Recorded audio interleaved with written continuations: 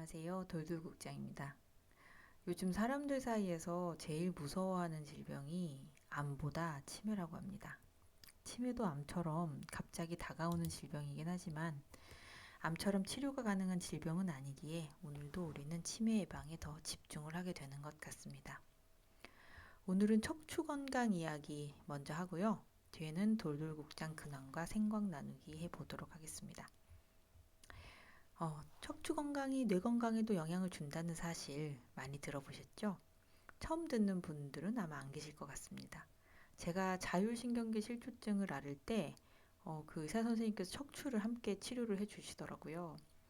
그래서 치료를 받으면서 또 좋아졌고, 또 제가 원래 가지고 있던 목 디스크도 함께 좋아졌거든요.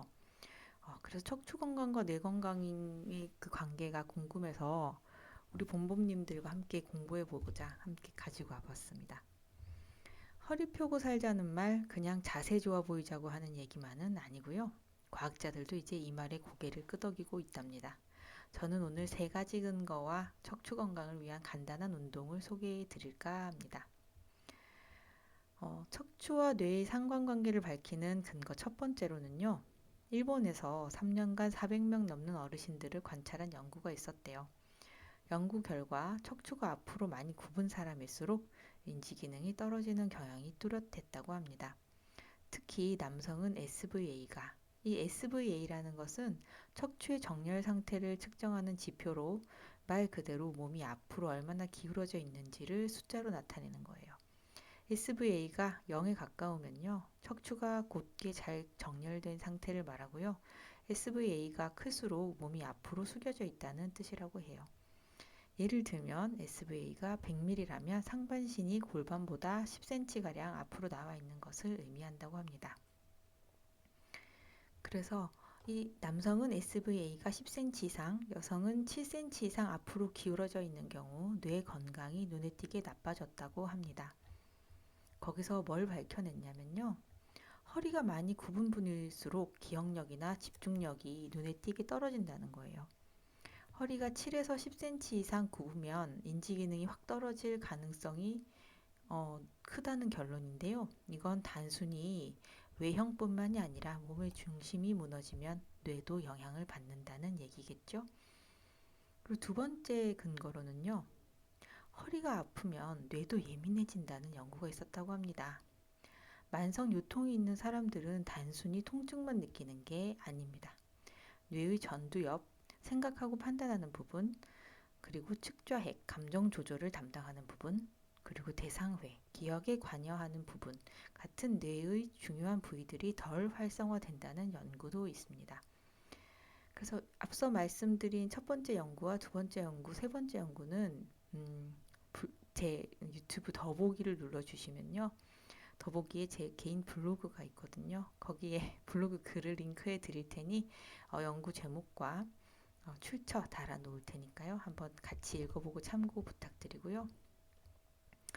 두 번째 근거 연결해서 말씀을 드리자면 핵심 내용은 만성 요통 환자들은 전두엽 피질, 측좌핵 등 뇌 기능 관련 부위 활동이 감소되고 이는 만성 통증이 단순히 신체적인 고통에 국한되지 않고 인지적, 감정적 기능에도 영향을 미친다는 것을 시사한다고 해요.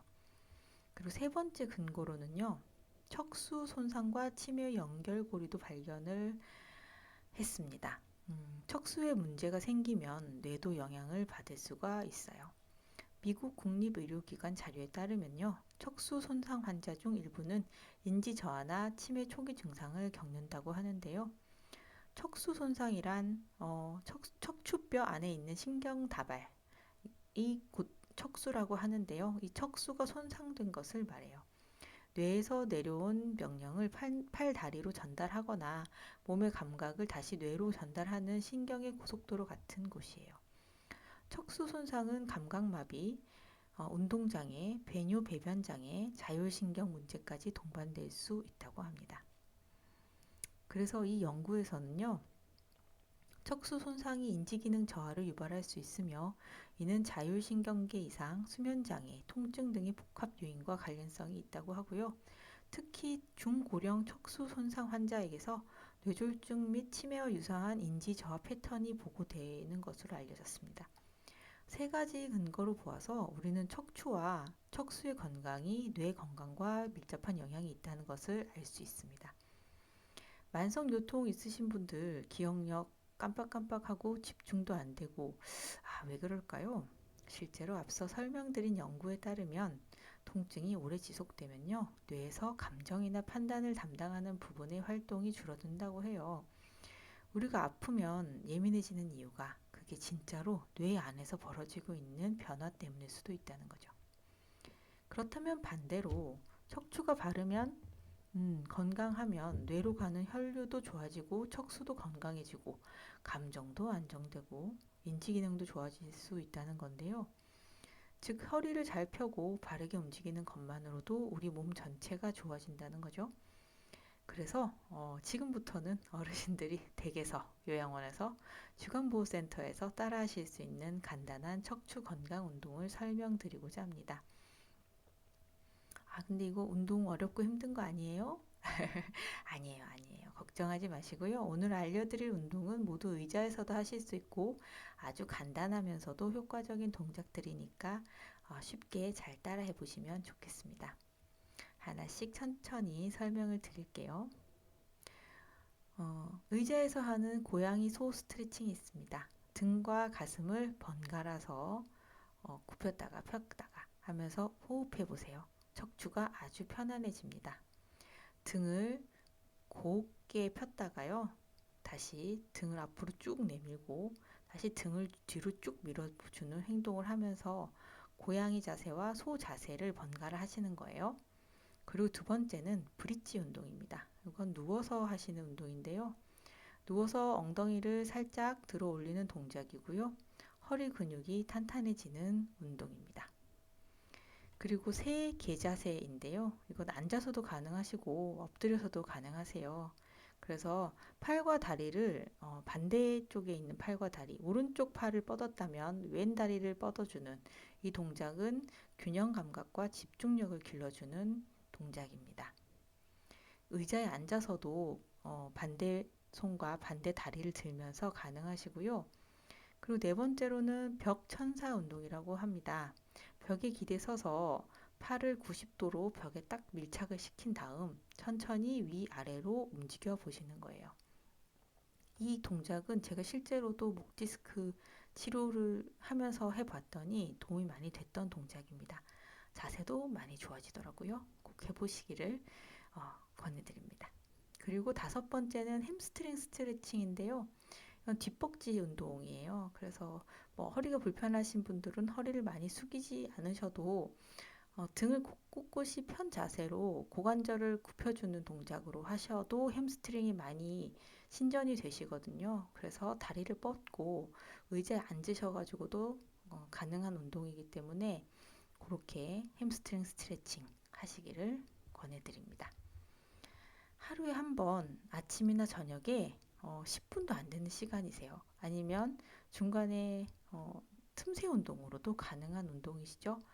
허리 펴고 살자는 말, 이제 그냥 하는 말이 아니랍니다. 오늘 이야기 어떠셨어요? 허리를 펴는 작은 움직임이 우리의 기억력, 집중력, 감정까지 바꿀 수 있다는 사실이 너무 놀랍죠? 우리는 몸과 마음이 이어져 있는 존재이니까요. 몸을 돌보는 것은 결국에 나 자신을 돌보는 일입니다. 늘 그렇듯 여러분의 하루가 조금 더 건강하고 따뜻해지기를 바랍니다. 함께 손잡고 걸어주셔서 진심으로 감사드리고요. 본부님들, 우리는 다음 시간에 또 더 좋은 내용으로 뵙도록 하겠습니다. 끝까지 들어주셔서 정말 너무너무 감사합니다. 지금부터는 돌돌국장의 근황 및 생각 나누기 시간입니다. 여러분들 잘 지내고 계시죠? 우리 본부님들 잘 계신지, 우리 선생님들 건강하신지 늘 그립고 궁금합니다. 날이 따뜻하고 벚꽃이 너무 예쁘게 피었으니 봄 나들이 한 번씩들 다녀오셨나요? 저희 요양원의 어르신들은 이틀에 나누어서 지난주에 벚꽃 나들이를 다녀오셨는데요. 너무 즐겁게 잘 다녀오셨습니다. 벚꽃은 그냥 제 할 일을 했을 뿐인데 이렇게 예쁨을 받기까지 하니 부럽기도 하고 벚꽃 같은 삶을 살고 싶다는 생각도 들었습니다. 최근에 생각하게 된 게요, 부적절감이라는 감정입니다. 나 스스로에 대한 기준이 너무 높다 보니 어지간해서는 만족을 못하는 편인 돌돌국장. 그래서 이 부적절감을 항상 안고 살았는데요. 발음이 좀 어렵네요. 부적절감. 네. 현대사회 대부분 사람들도 부적절감을 뭐 종종 느끼는 나고는 하시는데, 왜냐하면 보통 대부분 이 직장에서 저 직장으로, 그리고 이 집에서 저 집으로 이렇게 옮겨 다니는 이유는 대부분 지금 있는 내 자리가 내 것이 아니라고 부적절하다고 느끼기 때문이라고 합니다. 저 또한 돌돌국장 또한 이 부적절감을 인생 대부분 느끼고 살았던 것 같고요. 심지어 대학을 가서도 또 결혼을 해서도 아이를 키우면서도 직장을 다니면서도 한 번도 완전하게 만족한 적이 없었던 것 같습니다. 그래서 더 발전을 하게 된 것도 있었지만 오히려 스스로를 못 살게 하고 불행하게 만든 적이 훨씬 더 많았더라고요. 그래서 지금부터는 나의 상황을 객관적으로 바라보고 부적절감 대신에 적절감을 가져보려고 노력하고 있습니다. 예를 들면 내 얼굴과 내 나이와 내 외모에 대해서도 객관화를 하고요. 그 나름의 예쁨도 있을까요? 네, 찾아보고 요즘은 살이 많이 찐 것 같아서 옷이 좀 안 맞아서 다이어트도 시작했습니다. 그리고 아이들을 바라보는 눈도 예전에는 아이들이 성적을 잘 못 받아오면 참 속상하고 그랬거든요. 근데 이제는 아이들의 성적을 이제 객관적으로 보고 그 사실도 수용하고 다른 좋은 점을 또 찾아보게 되었습니다. 공부라는 재능이 없다면 다른 멋진 재능이 또 있지 않을까 하고 찾아보는 중이고요. 또 요즘 세상은 몸만 잘 움직인다면 굶어 죽기는 쉽지 않잖아요. 네. 제 생각에 몸과 마음이 건강한 게 우선이고 아이들 각자의 재능이 있어서 세상에 어떤 쓰임이 된다면 정말 감사할 것 같습니다. 그리고 또 그렇게 될 것이라고 믿고 있기도 합니다. 그리고 한 가지 더는 이 부적절감 때문에 저는 그동안 굉장히 숨어 지냈더라고요. 이게 인정 욕구랑도 연결되는 부분인데요. 내가 나를 부끄러워했다는 겁니다. 제가 진짜 솔직히 요양원 국장인 것도 부끄러웠고요. 제가 사회복지사라는 것도 부끄러웠고요. 제가 나온 대학들도 부끄러웠고, 그냥 저는 제 자신이 부적절하다고 생각했던 것 같아요. 이 상황도 부적절한데, 나 스스로 나를 그냥 부적절한 사람이다 라고 생각하고 살았던 것 같습니다. 끊임없이 안팎으로 비난도 많이 겪었고, 뭐 이유에 여러 가지 있었겠지만, 중요한 건 이제부터는 그렇게 생각하지 않는다는 거죠. 그렇게 생각하지 않겠다는 거죠. 우리가 개미들이 이렇게 줄 서서 가는 걸 보면서 이 개미는 예쁘고 저 개미는 잘났네, 저 개미는 못났네 하고 보지는 않잖아요. 그런데 저는 제가 되게 무지하게 잘났다고 생각을 했나 봐요. 더 잘나고 더 잘나가지 못한 게 아쉽고 부끄러웠더라고요. 그런 생각을 했다는 게 지금은 정말 창피합니다. 제가 이렇게 이로써 본부님들께 고백 성사를 되게 창피하게 하면서 네, 극복을 해보려고 합니다. 네, 들어주셔서 진심으로 감사드리고요. 네, 잘 극복 지금 하고 있습니다. 네, 곧 극복될 것 같습니다. 늘 여러분들을 응원하고 있습니다. 제 마음 아시죠? 우리는 늘 따로 있지만 또 늘 함께 있습니다. 사람은 누구나 외롭습니다. 저더러 누가 질문하더라고요. 이혼하고 나면 외롭지 않냐? 그런데 제가 뭐라고 답할게요. 저는 같이 살 때도 외로웠다고, 그리고 지금도 때때로는 외롭다고 답했습니다. 누군가와 함께 산다고 외롭지 않은 건 아닙니다. 혼자 있다고 24시간 내내 외로운 것도 아니죠. 우리는 혼자 있을 때 더욱 스스로를 잘 돌볼 수 있고요. 잘 돌아볼 수도 있습니다. 외롭다는 것은 누구나 갖는 당연한 감정이에요. 그 감정을 건강하게 잘 소화하시는 봄봄님이 되시기를 기도드립니다. 오늘은 여기까지 말씀 전하고요. 따뜻한 봄날 예쁜 벚꽃나들이 꼭 한번 다녀오시기를 바랍니다. 다음에 더 좋은 내용으로 찾아뵙겠습니다.